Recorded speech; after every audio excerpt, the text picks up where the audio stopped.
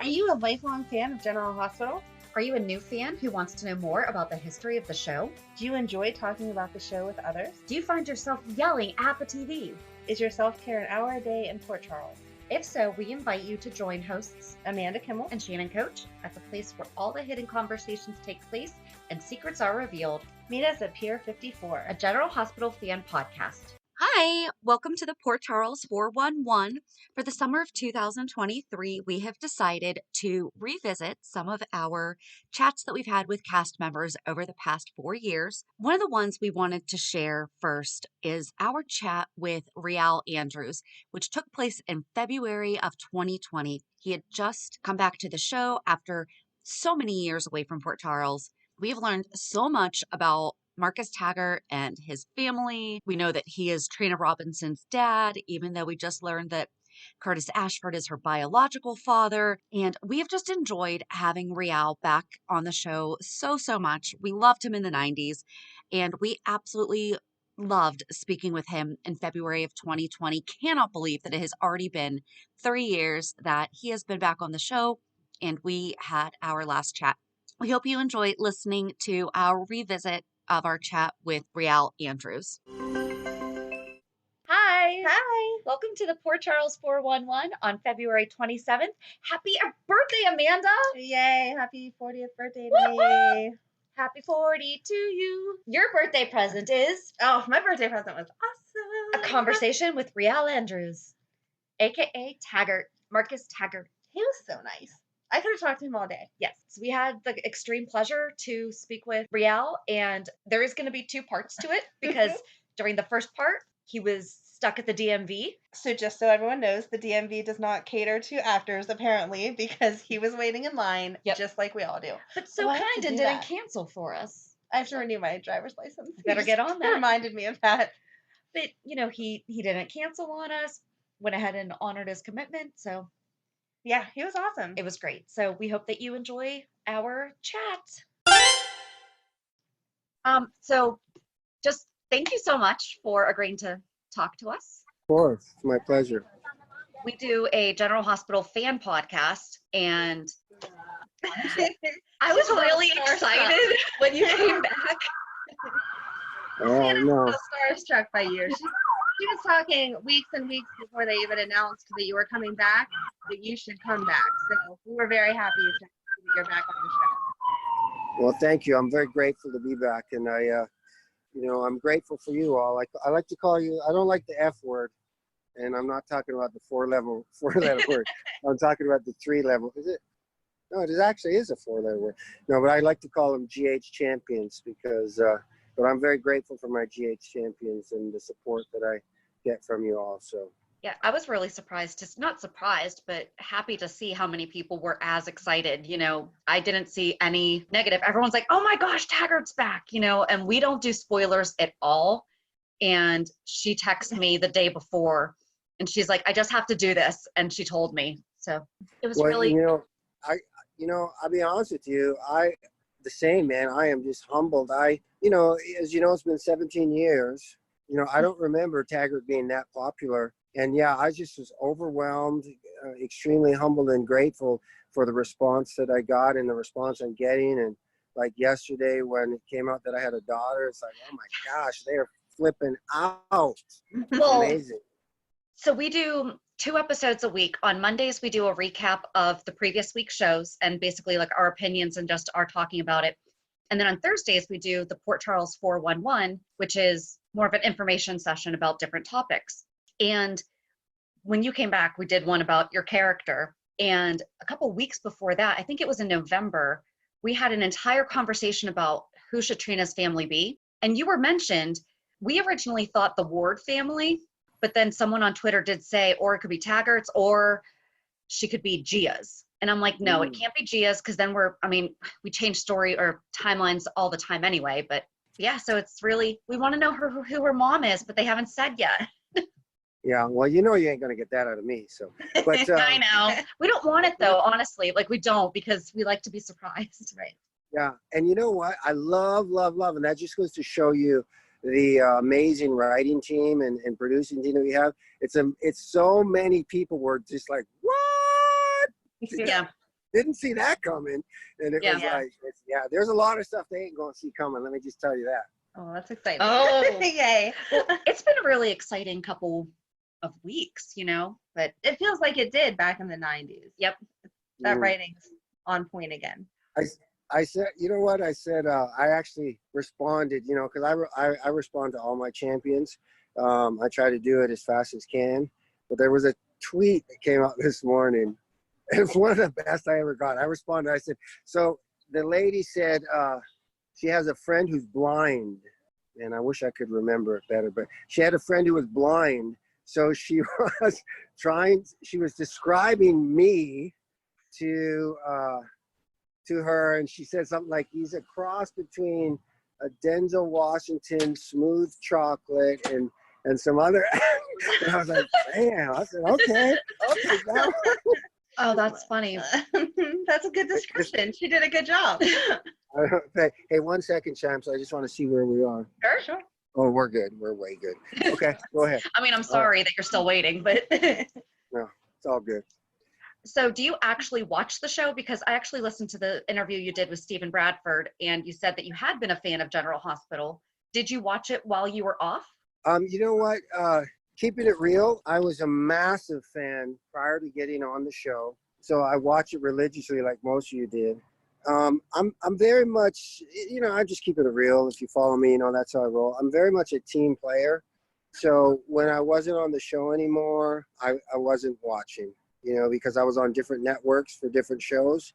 Mm-hmm. And so I'm like the biggest, when I'm on that network, every TV, every whatever's on the house is on. And part of it also was, you know, if you follow me, you know, the last 17 years of my life have been challenging by decisions of my own, and with, you know, alcoholism and drug addict and all that kind of stuff. And so a lot of it was denial. I was angry at the wrong people, you know, now realizing now that I'm walking a different walk in my life and being sober, that the only person I had to blame was myself right here.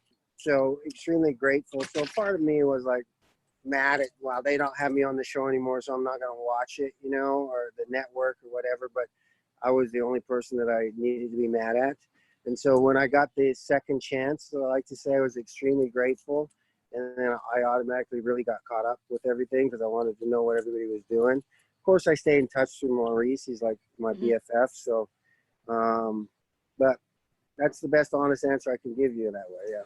No, that's great. And you had mentioned before that you didn't realize how big of a character you were to people back in the 90s. And I think that a lot of it was because you and Maurice just had an amazing chemistry, you know, and, you know, we were always scared that you were actually going to take him down, you know?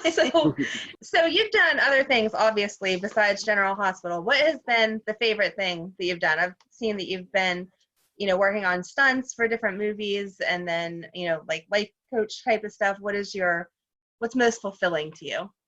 You know, well, that's a loaded question there, man. What's most fulfilling, if you ask me what's most fulfilling for me, is helping everybody believe that they are, you know, who they're most created to be, and bringing out the champion in everybody. That's what I'm most passionate about. It's just, you know, that's why I say I'll believe in you till you believe in yourself. But if you ask me what's my favorite thing to do in acting, what's my favorite experience, I would have to say, you know, well, GH goes without saying, but Lonesome Dove, I did an episode of Lonesome Dove, the series. That was an actor's dream. You know, you just like, it's a period piece. You get to, by the time you've gone through makeup and hair and props and everything, you've become that character, and you're like got the drawl and you're walking different. And that to me was a blast. And also the Highlander was another period piece. That was awesome. And then Soldiers of Fortune was really, really cool as well. But, you know, at the end of the day, I was just talking to somebody about this the other day. Honestly, for me, now everybody's different, right? But for me, because family is extremely important to me, and I've done it all, features, episodical, sitcoms. To me, soap opera, and obviously because GH is the best one, in my opinion. That's We're a just little my opinion. biased too. Yeah. That's the best gig in town, you know, because as an actor, it's like a glorified 9-to-5 job. You're going to the same place every day. You get to sleep in your own bed at night. You know, those other gigs, you know, those are 16, 17-hour days, 6 days a week, going from location to location. And, you know, as much as I love acting, I'll do what God asked me to do. I'm not going to question him. But if I had a choice, which it isn't my choice, it's God's choice, in my opinion, I would pick what I'm doing right now all day, 24/7, 360. That's awesome. That's great. Yeah. One second, I'm just going to double check. Hold on. Nope, that's Sure. okay. We're there. G130. I'm G135. Okay, let's go. So you still have like 5 hours. Well, probably. Did you name your son Marcus after your character? You know, that's a great question. I believe the name, we thought they named Marcus Taggert after our son because they never ever mentioned Marcus Taggert. You only ever heard Taggert until after my son was born. Really? Oh. Yeah. Oh, If I remember, that'd be so remember that. sweet. Yeah, I think that's pretty much how it went down. Yeah. That's really That sweet. is. That's really cute. We love how they tie in, like Baby Donna is named after the woman who worked on GH for all those years, you know, and she passed away Yes. last year. Yeah. You know, I love how what they an. tie all that stuff in. So Amanda kind of asked one of my questions. So how, Damn it, how Amanda. Sorry, No, because she was yelling at me before we started because she has like 10 pages here, and I was like, no, I'm just kind of gonna wing it. We'll see where we end up. So I don't yell, but back to the business coaching and you know that you do the transformational coaching. How did you even get into that? You know, it's a great question. It happened. I used to be deathly scared of death before I became a believer. And so I never ever went to a funeral. I couldn't sleep on my back. I couldn't put a sheet over my head. I couldn't walk on the same side of the street as a funeral home. I certainly wasn't going in a graveyard, any of that. And it was in my 30s. I had a girlfriend at the time, and her grandfather died. He was 87 years old. And she asked me if I'd go to the funeral with her. And I said, you know, it's time I better put my big boy panties on and start facing these fears. And so I said I'd go. But the only funeral I'd ever been to was something I'd seen on TV, you know, and there were always like a lot of people there and everybody saying nice things and people crying and laughing and all that. So I thought that's what it's going to be like. So I get to this funeral and we're at the gravesite and there's me, my girlfriend, the mom, the husband, and her sister, and that's it. And time literally stopped for me. It literally, I remember being on the top of that hill at the graveyard. I could hear the rabbi speaking but it just started like spinning like this, just like, and it was at that moment I had two huge aha moments. One, it was like, I never want to walk this earth 87 years and have such a little impact that nobody comes to my funeral. And it wasn't about people being cool. It was about making a difference, leaving a legacy. And the other thing was, at the same time, I realized people just walk around here thinking they're not important. They're just here. They're just taking up space. Unless they're like a big CEO or a president or a famous actor, they think they're not important. If they think, you know, they're working at Jack in a Box or washing windows. And I think that's absolutely, completely 1,000,000% wrong. I think everybody, doesn't matter what you do. I've washed windows. I've driven pizza. You know, whatever I did, I've always done it with excellence. When I was delivering pizzas, I wanted to be the best delivery boy. When I was washing windows, I wanted to be the best person to wash windows because that was my calling at that time. That was what I was supposed to be. That was the void I was supposed to be filling. And so I truly believe that every person has a calling, and it makes me extremely sad. I get sad even talking about it, to think that anybody would go through their whole life just thinking they weren't important. So I just believe that that's my calling, to help people to know that they are important. That's all. Sorry. No, that's okay. Yeah. Sorry. So I'm just a little passionate about that, you might say. They say that your why should make you cry, and obviously, you know, I mean, it's definitely very moving, you know, and I think that you come from a great place because we both agree, you know, we both have kids, and two of them, or my son and her daughter, are starting to look to what are they going to do after school, you know, and gone are the days where you push college and that's the only answer, you know. It's they can't just sit on our couch and not do anything, but there's pride in being a mechanic. There's every job has purpose. It's not just, do I get the corner office, and do I have my name on a big billboard? It's Amen. I agree. Well said. Hold on. G131. Okay, let's go. oh my gosh. That's the same Hey, number. if we got to redo, come back and finish this, we will. Okay. Okay. Of course, they never ever go fast, but because we're doing an interview, they're going fast. That's exactly right. And then we're both just huge mental health advocates also. And so we just really appreciate how much, you and Maurice, are so open about it. Do you think that they'll bring that into Taggert's character as well, how they have with Maurice? You never know. The writers are amazing. And, here's the thing with me as an actor. The title under my name is actor. It's my job to bring to life the characters the best to my ability and make those lines come to life. That the writers, my name does not have writer under it. My name does not have wardrobe person under it. My name does not have makeup artist. So because I know I'm just not one of those guys who's like, wardrobe people ask me, what do you think? I'm like, what do you think? You're the one who's going to win the award. They're like, well, what do you? I'm like, hey, I got faith in you, man. Whatever you think my character should be doing and playing. But what I do know about the GH writers, and they're very, very good. They're very, very smart. They're very, very great at. I believe they do research on us because of the way they write us. GH is, people say, how do you do 100 pages a day, dude? I work really hard at it, but when I'm on GH, it's not that hard because it's just the words that I say just seem to be natural, and that's great writing. Uh-oh. Oh, someone's not happy. Yeah, he's not happy. Yeah.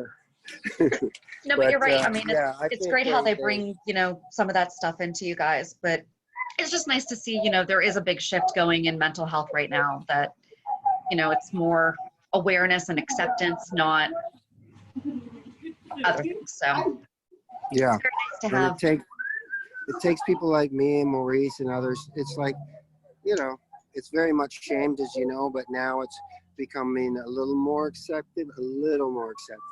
But, because even for me and Maurice to come out like we do, it's great for a lot of people, but there's still people out there that think of you different and judge you different and stuff like that. So it is what it is. I don't care. If I change one life, I'm okay with that. Exactly. My daughter's autistic. And so I deal a lot with people having opinions about that. Mm-hmm. And, stopping the stigma and everything like that. And then you're awesome with everything that you do. She's a huge advocate, and it's amazing. And my oldest daughter is bipolar, so it's a struggle. Oh wow, we got a lot. No, you got to go the other way. We got a lot in common. Hold on one sec, champion. Okay. What are we on? G. Oh, you know what, champions? They're on G134. Okay. So let's pause and continue this interview. Okay, sounds great. Thank you. Thank you. Champions. Thank you. God bless. You too. Take two. Yes. Interview. Oh my God, why is Maurice and Steve looking at me? What the? All right. Hey, so I'm back. Thanks for being here. That is really cool that you can do that. Yeah, we need to. Is that because I saw on your website that you have like a ninja video thing? Is that similar to the ninja selling program? No, it's I did a ninja video course teaching people how to do videos because people do some scary stuff with their videos. So I taught them all this kind of stuff and just the right way to there's some simple things that they can do just to make their Facebook lives or even their videos they do. Like one of the big things is the level that they have their phone on. Or I mainly shoot it like this anyways. But most people, for whatever reason, they talk down to their phone like that, and it comes across like you're talking down to somebody. Nobody likes to be talked down to. So you always want to have your lens, which is the camera, at your eye level. You don't want to have. I know they love to do this for pictures, but for video, that's not good. But so you want to have it right. And the other big thing is, it seems simple, but know where your camera is. Most people don't know where their camera is, and they're just like, because then you want to, and then once you get used to knowing where your camera is, because it's really hard to not keep looking at yourself. And then, you know, for me, your eye line's off because you want it to be like, see, right now, right now I'm talking to the lens. So to you, it looks like I'm talking to you. But if I start watching myself, you see the difference? Just watching myself, it's a huge difference. And for somebody like yourself, and a lot of people out there now, a lot of people have podcasts, they have Facebook Lives, they have, you know, stuff that they do. And this makes a massive difference. It's stuff that if you didn't know about, you wouldn't know about, but it makes a big difference when you're trying to promote stuff, sell stuff, or whatever. Yeah. And then lighting, sound, clean your lens. The blurry lens effect is not cool. I'm in real estate, so I have like a cloth in my at all times because you just never know when you're going to have to take a picture. And yes, that's awesome. All right, so I'm yours. Let's go. Awesome. Where did we leave off? We were just talking about our kids and the fact that your daughter is autistic and my daughter is bipolar. Oh yeah, because you didn't get diagnosed until later in life, right? Me, yeah. You know, Maurice diagnosed me in about 3 days of knowing him 27 years ago. My wife, you know, because that's what she does. That's one of her gifts is she was a psychiatrist. She trained as that in family child care and stuff like that. So she, you know, diagnosed me. And of course, that doesn't go over well when it's your significant other diagnosing you. And so I didn't receive, you know, Maurice was whatever. My wife, I didn't really receive that.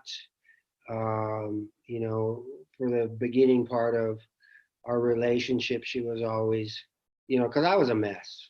I was a real mess back then. You know, I had all that going on, which I didn't know about. Then I'm self-medicating with drugs and kind of stuff, what people do to just, you know, so I was a mess. But I didn't see that, of course. I thought everybody else was a mess, right? Mm-hmm. And, you know, my wife was called, you need to get on medication. You need to get on medication. I was like, no, I'm not doing that. You know, we had a lot of fights about that. And the main thing for me it was because I watched my mom have a cupboard full of medications, like literally take her 20 minutes at nighttime to take them all out. And I just was not, it was not even an idea for me that was something I was going to be. I was not going to be, you know, having to take medication for the rest of my life. It just was, I was not down with that. And so I fought it for a long time. And like you said, it wasn't until recently, and it came out of me first and foremost getting sober. And then about 6 months into my sobriety, I started to spiral into really, really dark depression. And usually I've always been, you know, for the past, my whole life, you know, I've gone down into these holes, but I've always been able to get myself out. I always had these tools, you know, and things that I could always get out. Sometimes it'd take a week, sometimes it'd take 3-4 months, whatever, but I always got out. But this was, it was going farther than I've ever gone.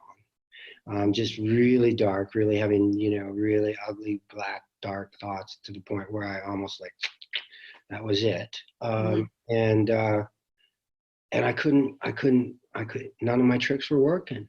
I couldn't figure it out, you know? And then when I was driving to an AA meeting, it hit me. I was like, oh my gosh, I'm sober.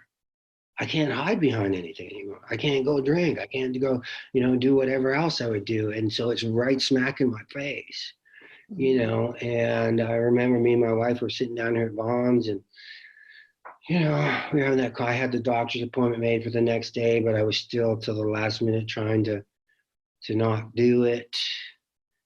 And, you know, two things. She looked at me and she said, you know, it's not easy being your wife. And it's not easy for the kids. And I guess the way I looked at her, she goes, are you surprised to hear that? And I was like, yeah, because I thought I did a pretty good job of hiding it or dealing with it. And obviously I hadn't. And she said, what if this could help you to be, you know, normal and not have to do this up and down and stuff like that. So I went to the doctor, and I still, even after I got officially diagnosed as bipolar due to manic depressant and got put on medication, I still kind of fought to the last minute of taking the medication, but the best thing I ever did. It's a journey, you know. I like to say I'm under construction. Stole that from my friend in the program, and you know, every day is a new day. But so far, it's been amazing. Getting a lot of my life back. Well, no, I shouldn't. You don't get it back, but I'm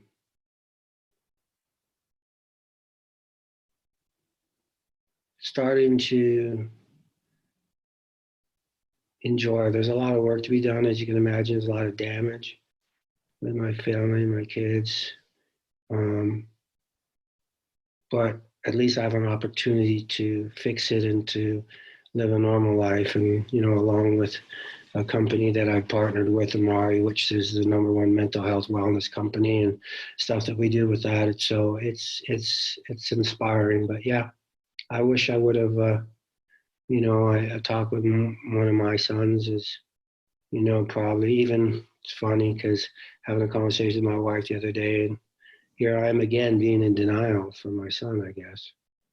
But, you know, I had a conversation the other day, and I was just like, the great thing is that you recognize it and you're willing to see if it's an issue and take care of it. I wish I would have known it at your age and not have to have, not so much me, you know, because I can deal with, but it's the people that I put through hell.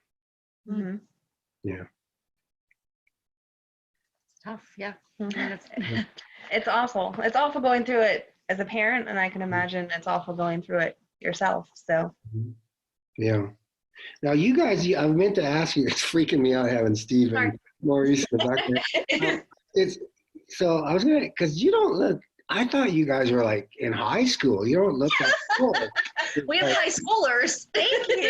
Yeah. You're married, you got kids. How young are you? I will be 40 next week. Shut up. Are you serious? Yeah. I thought you were not even, I thought you were a teenager. Well, thank you. I appreciate that. How old are you? 37. Oh my gosh, you guys are killing me. That's awesome. Well, Now, thank you very much. Where do you live? Pittsburgh. Wow.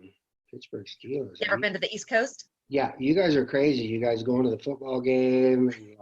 And, Actually, neither of us, we don't care. Yeah, we're not sports girls. You had mentioned. Now, GH was at the stadium in 40 below. We'd be there in a heartbeat. We went to one of Steve's shows on a Steeler game night. Oh, there you go. So, yeah, the whole city shuts down for it, but we don't care. No. I used to work in a sports bar, though, so kind of the same as when you got off GH, Right. I stopped watching. Once my tips and my money didn't matter anymore, I was like, all right, I can do things on Sundays now. And I That's just never got awesome. back into it. So, yeah. All right. Cool. So next. I'm taking a picture.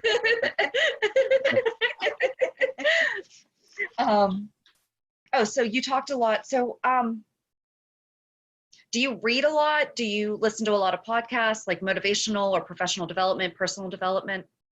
A ton. I don't read. Okay. I'm blind as a bat. So, and it would be an easy concept just to put the glasses on so I could see, but that would be too easy. But no, I'm not able to see that well, and B, I'm really not a big fan of I don't have the patience. So, but I do listen to a ton of audiobooks and podcasts. Like basically my morning routine is, you know, I get up about 3:30 every morning. I don't use an alarm clock. I just wake up. It's amazing how many times I wake up exactly at 3:33. It's pretty crazy. I like to come down. I take all my supplements. I like to make a hot drink that I have with some of my supplements, and I'll just sit there and have quiet time, what I call quiet time. It can be 10, 20, 30 minutes. I don't know. Hang out with me and Diamond. And then from there, what I'll do is I will, you know, I'm usually on my way to the gym by then. I got my headphones in. I'm listening to worship music. I always start with worship music first. And from there, I will go to personal growth. I have a podcast I like to listen to. My favorite podcast is The Quote of the Day Show. It's a great, Okay. great podcast I listen to. And I got a ton of books. I mean, like I love to listen to books.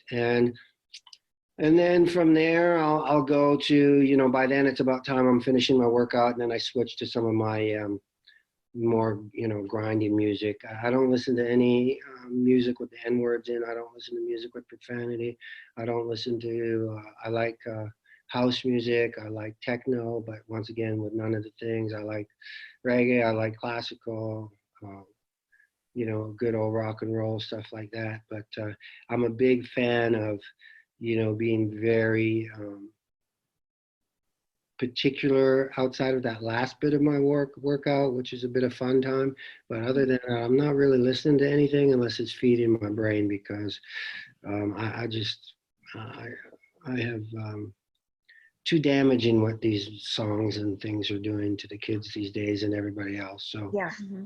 it's like these parents let these kids listen to this stuff, and then they don't understand why their kids are acting the way they are. And it's subliminal implantation over and over and over and over and over again. Hitler understood the power of that. Right. Yeah. So, but yes. Okay. What's your favorite audiobook? I have a whole bookshelf full. That's why I was like, Yeah, I got a few. One actually I just gave to Mark Teschner. I actually have pretty much hard copies. Can't Stop Me with David Goggins is another one. That's one of my favorite ones. I love that. John Maxwell, 21 Laws of Leadership. I'm trying to, because I want to give you some good ones here. Hold on, because I've got so many I forget them. But, have you ever read Bob Goff or listened to it, Love Does or Everybody Always? No, but I'm going to write that. I think that you would like them because they're also faith-based. What is it, Bob Goff? Bob Goff, Goff, and the first book is Love Does. Okay. And the second book is Everybody Always. Everybody Always. Okay, awesome. And he narrates his own books, so I listen to a lot of audio in the car, but there's certain people that I can't listen I know. to somebody else. Oh my God. Like, okay, it might be great content, but I can't listen to you. So I know it's well. I'll come back to this answer. It's uploading my books. Okay. So, but yes, I'll write that down. I'm thinking of obviously I love Zig Ziglar stuff, but there's some really cool ones. What was that one I read? Oh man, it was something. That was a good one recently, but anyways, it'll come back to me. Okay. Next. Oh, here they are. Okay, they come. So here are some: The Heart of Leadership, Home Run, All In. Oh, All In. That's a great book. David and Goliath, How Successful People Lead. 20,000 Days and Counting is another one of my favorites. Oh, The Traveler's Gift. I love that. Yeah. Oh, The Bait of Satan. That's the one I was thinking. Okay. This book here, Bait of Satan. Okay, this book. Oh no. That's a good book. That's not the one I was talking about. But that's a good. No. Okay, here it is. This is the one. It's a Napoleon Hill book, Keys to Success. But there's another one. Think and Grow Rich. No, I have that one too, but it's not one that a lot of people know about. It's I want to find that one for you. Kingdom Man is another great one of mine. I love that one. No Excuses, another. Made to Stick. Oversubscribed. I listen to a lot. But I want to find you this one book because I want to tell you this story about this. Hold on. It's a Napoleon Hill book. Bob Proctor, of course, is huge. The Way of the Seal that's another awesome book. Napoleon Hill.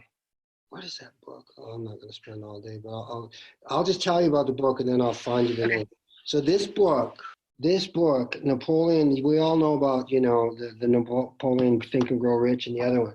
But this book was a book that Napoleon Hill wrote, like forever ago. And his family, because of the content of the book, they basically buried it. It's basically a conversation. No, it's not a conversation. It's him interviewing the devil. Maybe it's Interview with the Devil or something. But because of the stuff that he talked about in that book and the stuff he says, they buried it because they just thought it would be. And so, like, all these years later, somebody found it and they produced it. I'm telling you, when you read this book and you realize when it was written, it will freak you out with what's going on in our world today. I think I know what book you're talking about. I can't remember the title either, but somebody told me about it. Yeah, it is a trip. Like, and he's literally, I mean, you know, you'll be like, did he really interview the devil? and that's the thing. But when you read it and you look where we are today and stuff that's going on, you're gonna go, wow, it's crazy, that book. Yeah. Outwitting the Devil? Yes, that's it. Outwitting the Devil. Yeah, that's the one. Well, now I want to read it. It's yeah. I can't remember who talked about it, but it was another author mentioned it, you know, and it sounded interesting. I actually forgot about it. So thank you. Yeah, because when you know, once again, you'll see when it was written, it's beyond its time. Mm-hmm. When was it written? Yeah. And they basically buried it because they were afraid it was going to bring harm on the family or whatever. Yeah, 1938. Wow. So, Yeah. And it wasn't released until 2011. Wow. Yeah. that's crazy. Oh, that's insane. No, that sounds really good. So who's your favorite worship band? Oh, Kim, what's her name? Kim, you know who I mean? Jesus Loves Me, Kim, what is her name? Marcus. Kim. Oh, How He Loves Me. Who does that one? It's Jesus Culture, but it's Kim Walker Smith. Yes, thank you. Kim Walker Smith and Jesus. That one live version is unbelievable. And of course, I love, what's her name? Tahiba or something, who does Break Every Chain. Mm-hmm. You know what I mean? Yeah. Yeah, that I start when I start my worship music, the first song I play every single day is Break Every Chain, because I want to, that's, you know, every day we can break some chains. So, and Hillsong, of course, I love, and also You quoted Mercy Me on your Instagram one time. Yeah, yes, and I was like, I love that. I can only imagine. Yeah. Yeah, Mercy Me, I can only imagine. Yeah, so those are some of my favorites. I got a lot. Those are some of It's tough. and my church, Higher Vision worship team, check out their CDs. They got some great CDs. Check them out.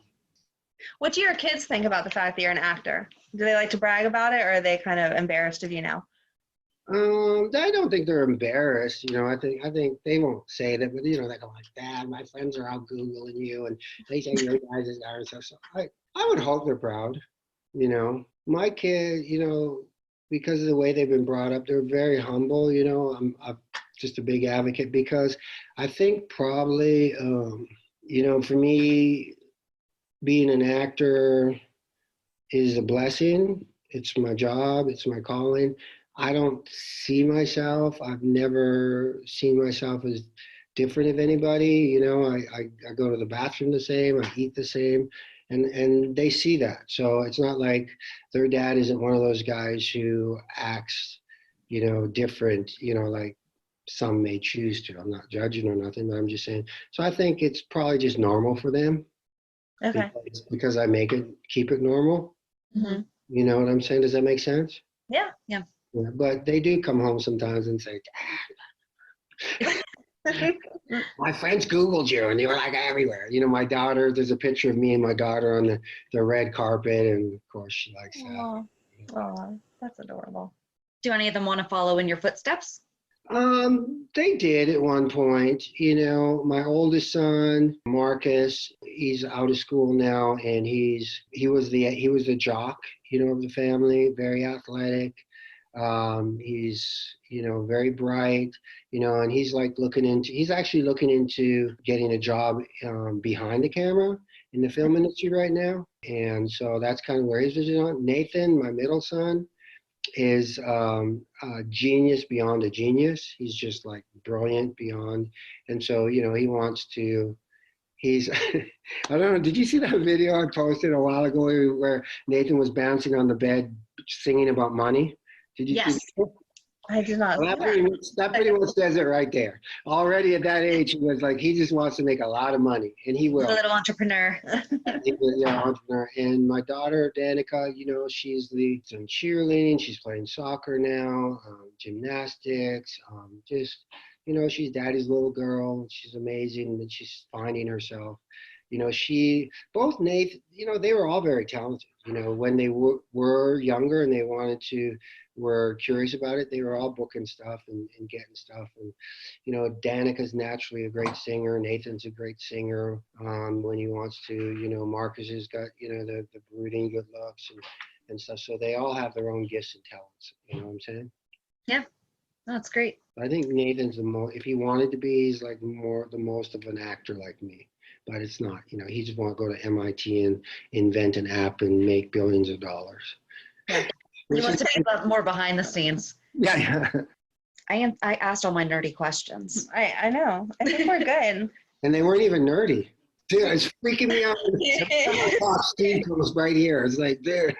Do you have any favorite classic General Hospital storylines? Oh yeah. Well, my old time classics, because it's so not me, and I was kind of happy with the way it came out, and it's just kind of fun. But when they told me I was going to be in that nurse's ball and have to sing and dance, I about had a heart attack, because that is not I am not trying out for American Idol. Okay, that dancing is not my thing. That's my wife's thing. And so the nurse's ball is one of my funnest things I've ever done. Anything with Maurice and Steve is that's a given. I loved the storyline back in the day because, I think you'll agree, back in the day, Taggert was pretty much one note. It's like, take Sonny down, read people their rights, that's it. But they gave me an interesting storyline for a minute when they brought in my mom. And she was, had cancer, I believe, and was in the hospital. And then I had a sister and stuff like that. But specifically that storyline with my mom. And then there was a storyline I did with Lucky as well, which was when that was one of my favorite. Now, fast forward to now, this right now is just, I'm in heaven. You guys, it's just start, but, Taggert is so many levels right now. He's not one level.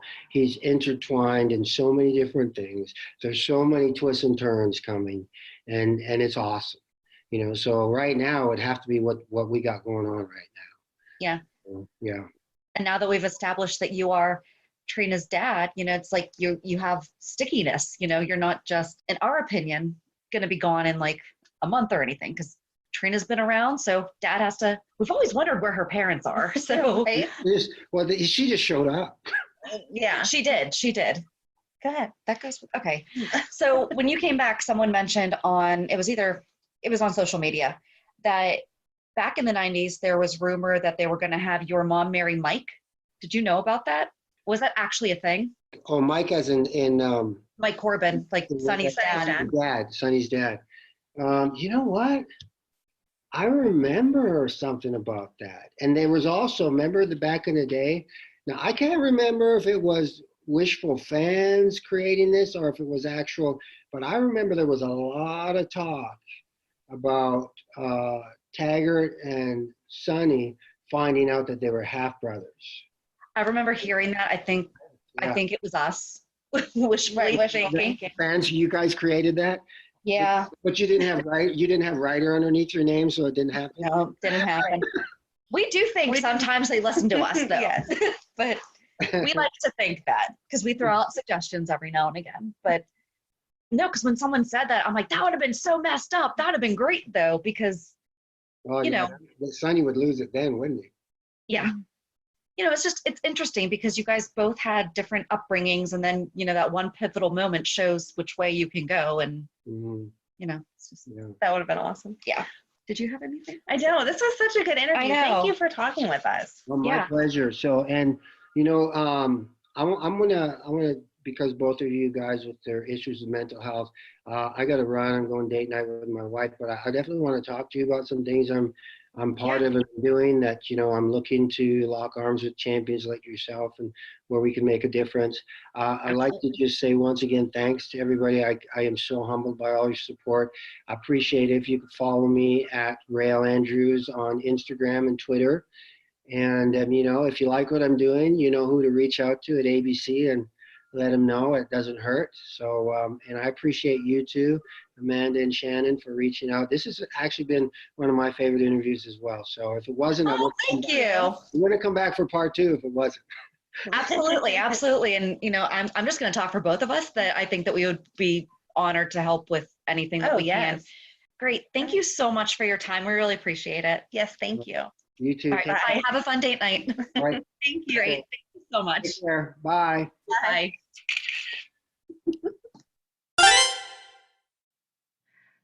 Okay, that was awesome. It was so awesome.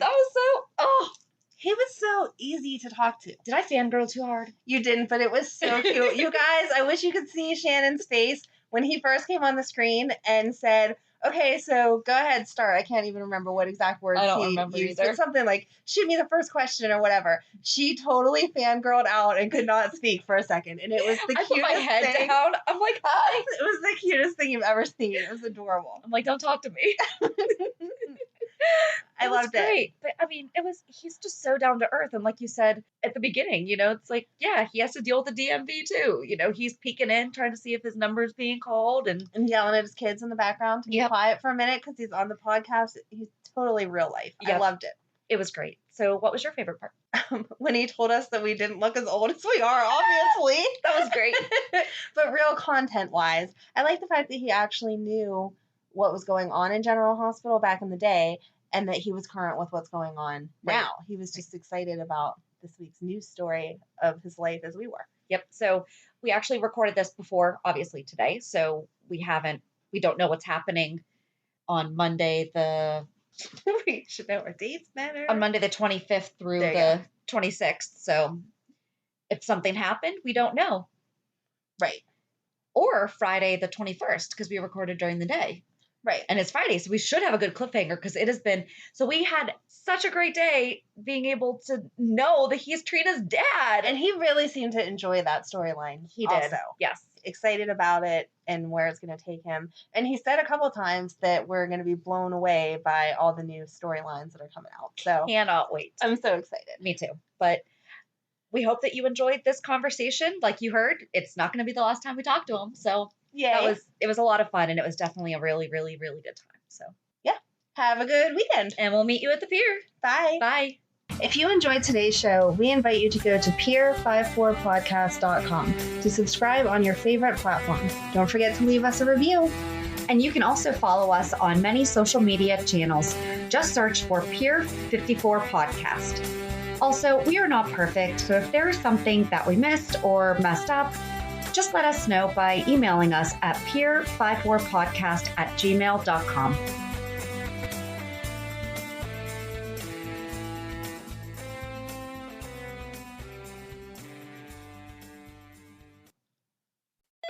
LifeLock, how can I help? The IRS said I filed my return, but I haven't. 1 in 4 tax-paying Americans has paid the price of identity fraud. What do I do? My refund, though. I'm freaking out. Don't worry, I can fix this. LifeLock fixes identity theft guaranteed and gets your money back with up to $3 million in coverage. I'm so relieved. No problem. I'll be with you every step of the way. 1 in 4 was a fraud-paying American. Not anymore. Save up to 40% your first year. Visit LifeLock.com/podcast. Terms apply.